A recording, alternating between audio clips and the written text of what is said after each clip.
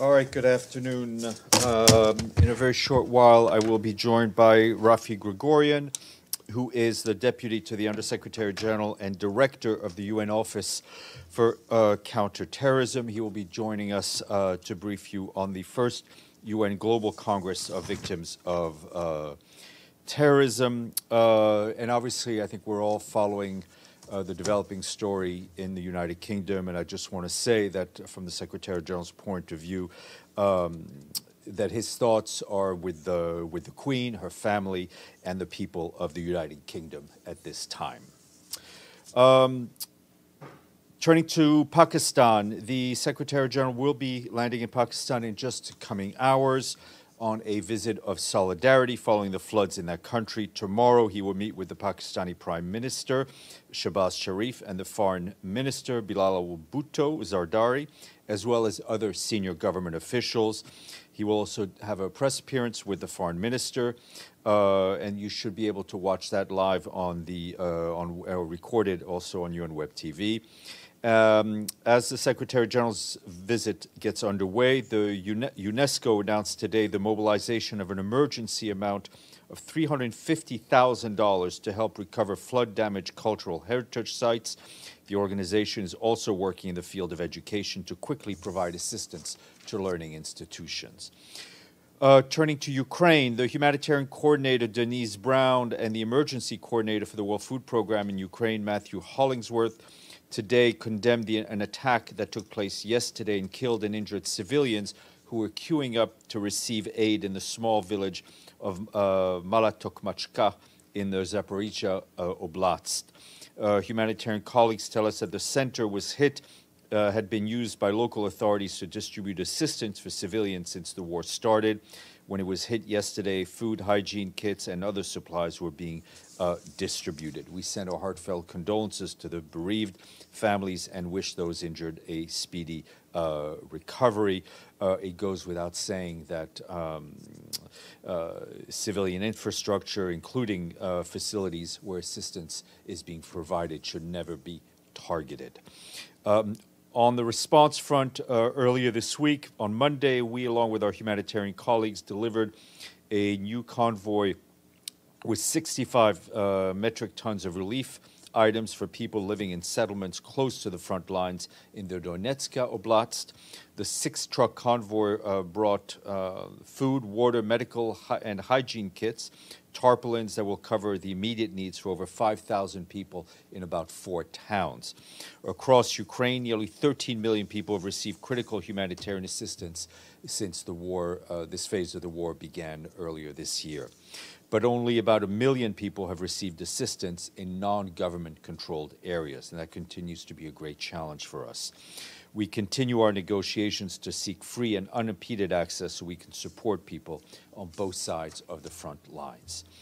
And turning to Ethiopia, with a link to the conflict in Ukraine, the World Food Programme's first humanitarian shipment of grain from Ukraine that was delivered under the Black Sea Grain Initiative started to arrive in Ethiopia. As you will recall, the motor vessel Brave Commander arrived in Djibouti on August 30th, and this is one of the vessels that the Secretary General was able to see in the Bosphorus. WFP says the grain will support 1 month of assistance for over 1.5 million people who've been displaced by drought and conflict. The grain is currently being unloaded in WFP's main warehouse in the city of Adama and will be distributed in the coming weeks. Conflict, drought, and rising costs of driving food insecurity across Ethiopia.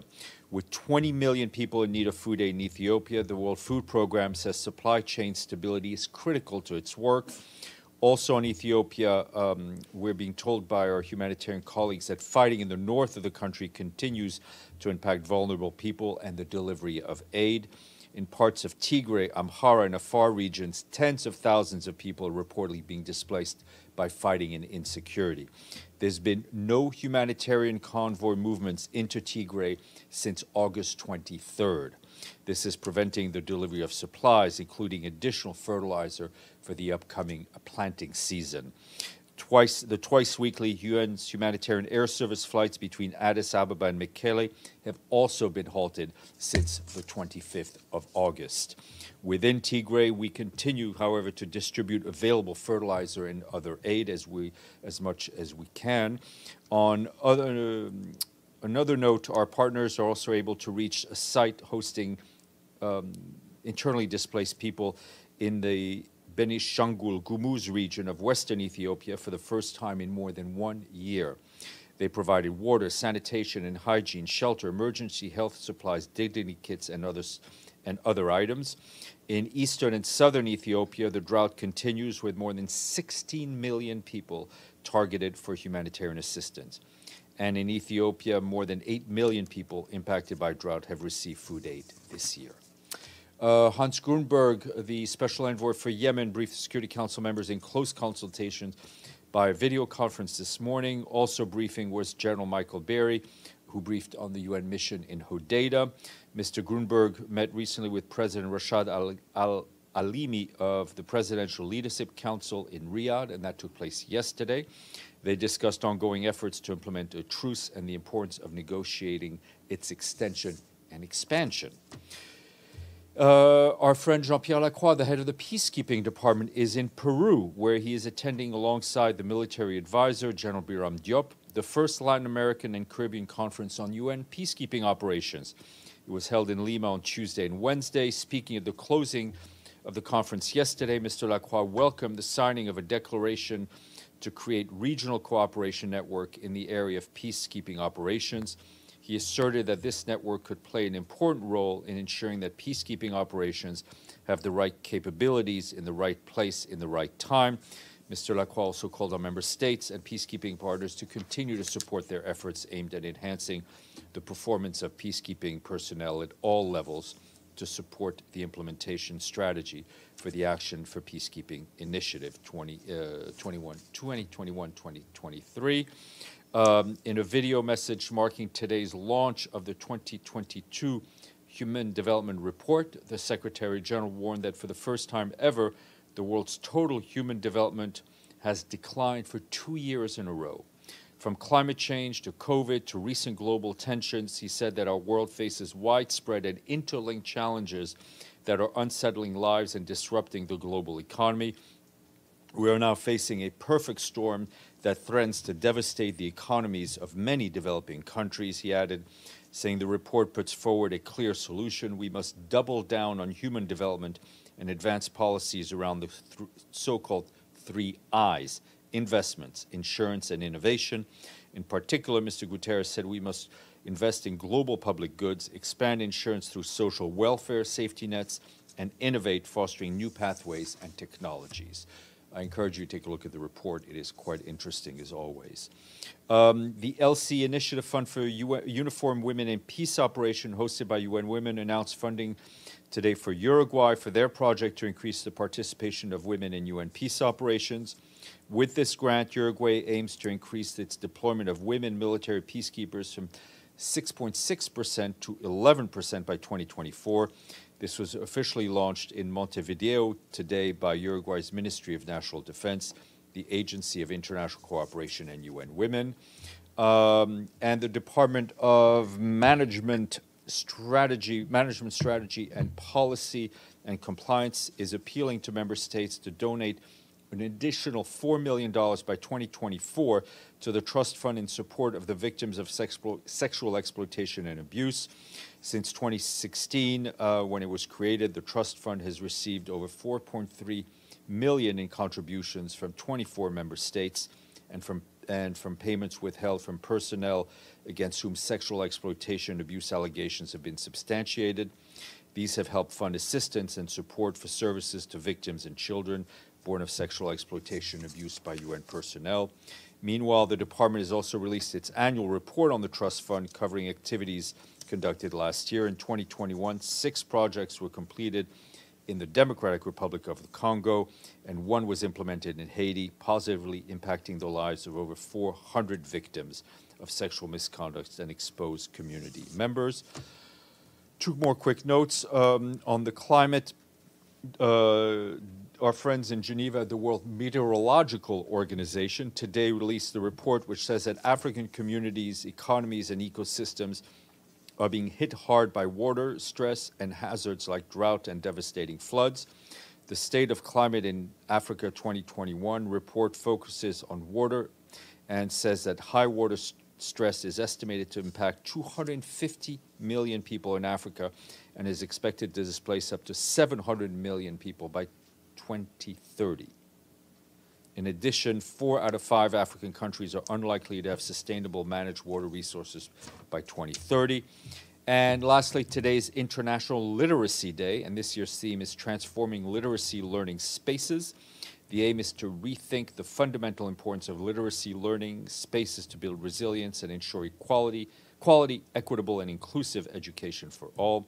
According to UNESCO, despite progress made, literacy challenge persists with at least 771 million young people and adults lacking basic literacy skills. James. Can you confirm that the Secretary-General is nominating Volker Turk to be the new High Commissioner of Human Rights pending approval by the General Assembly? Yes. And when will the General Assembly meet? This is why God invented Paulina.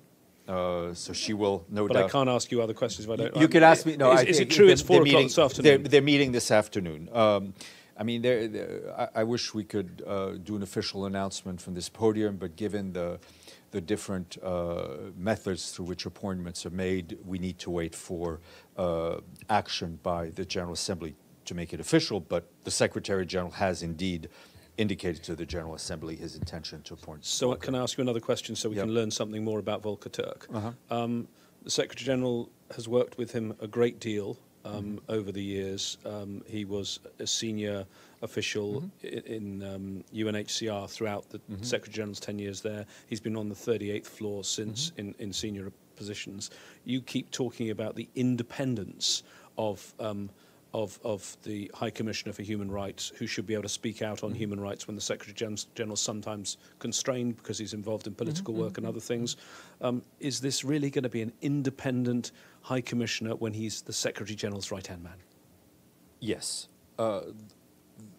Antonio Guterres, I think, since taking office, in dealing with Zeid Ra'ad al-Hussein and with Michelle Bachelet, has had the principal position of giving the High Commissioner for Human Rights the space and the independence they need to implement their mandate fully.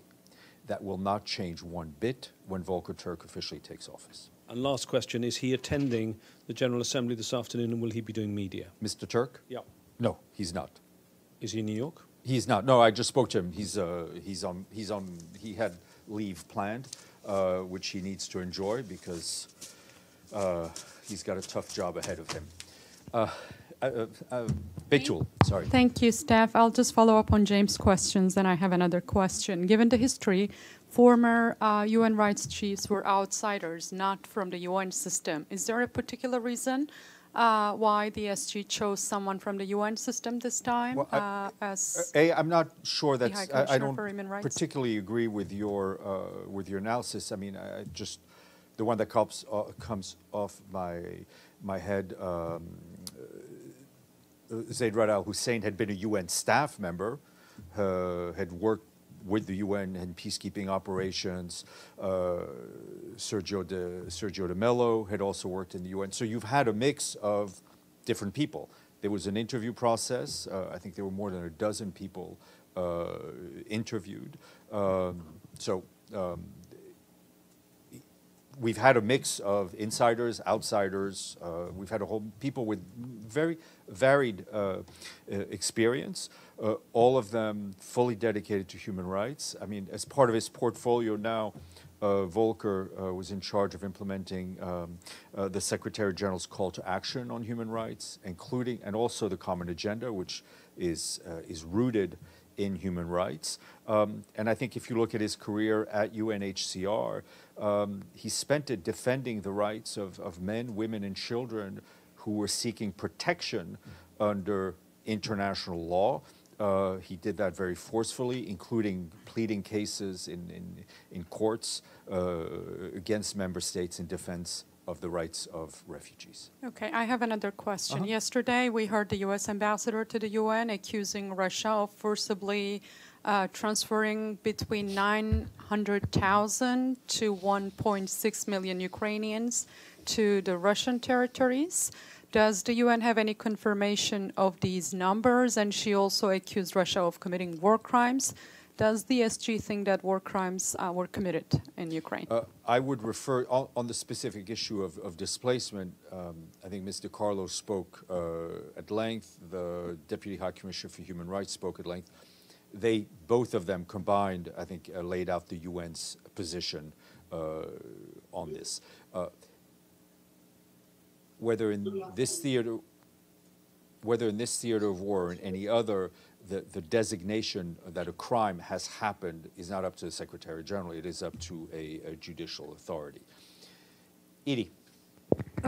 Two questions. First, does the Secretary General have any thoughts on today's Security Council meeting on Ukraine asked by Russia on the sale of arms and weapons, which it calls a threat to international peace and security? I mean, we've seen a lot of meetings on Ukraine, as they should be within the Security Council. It is an issue of primordial importance for international peace and security. What the Secretary General's thoughts are is that this war needs to end, and that we've seen the impact of the war not only on people in Ukraine, but on people in the region and people globally. It has had a global impact, as we've talked about it, on food, energy, on climate, and all sorts of other issues. So, yes, you're another one. Yeah. Yeah. South Korea has proposed meeting with North Korea to promote family reunions. Does the Secretary General have a comment on that? Sorry, can you say that South Korea has proposed a meeting with North Korea to promote family reunions, noting that most of the family members who left were well in their 80s and 90s. You know, we would support any positive movement on the humanitarian front that would bring solace to people who have been separated by because of conflict for decades. Yes, sir. Steph, yesterday, No, go ahead. Yesterday, Albania announced they will cut diplomatic ties with Iran because of cyber attack, while Iran denies the accusation. Any position from the Secretary General on this? Well, I think this is just another case of. I mean, let me just restart. We have no independent confirmation of whether or not this cyber attack happened. It's not something that we've been tasked to investigate, nor we have the mandate. But it again raises the challenging issue of the increase in cyber warfare and the need for member states to come together to agree on a framework that would lessen the chances of the devastation that we could see through a large-scale cyber warfare. There are a number of working groups that member states have been involved in and continue to be involved in, and we very much hope that they find consensus on this important issue. So, which brings back to the question on Monday. So far, there are no resolutions or treaties. No, but there are a number of working groups, and I'll share with you the information that are dealing with this. My second question is about a follow-up on the flash appeal on Pakistan, because last week they announced the flash appeal to raise $160 million US. How's the appeal now? I don't have the exact. It's out on their public website, so we can send you the link so you can check. Okay. Yes, sir. Sorry. Thank you so much. My question was taken by the gentleman, so I can give it to someone else. Oh, okay. About the flash flood, if you have any figures, you can share with we'll us. say. I mean, our pledges from the member states. Our colleagues at OCHA keep a very good web page updated. I'm sure my colleagues who are watching the briefing will send me the latest figures, and we'll tell you what. Yes, sir. General Berry had some concerns about the Houthi military parade took place on September 1st. Does the Secretary General have any comment about the Houthis' violations for the... No, I mean, what we very much hope is that Ansar Allah and all of the parties involved in Yemen will conduct themselves in a way that is conducive to the extension of the current truce that we have, really for the benefit of the Yemeni people. I mean, we have seen since this was announced a few weeks ago now, you know, an increase in flights from Sana'a to the outside, an increase of goods coming into Hodeidah port. What we would like also to see is the freeing up of more roads in Taiz governorates and other governorates. We very much hope that all the parties in Yemen, including the Houthis, will work in a constructive manner. Okay, I will go get our guest, unless... No, Edward's not.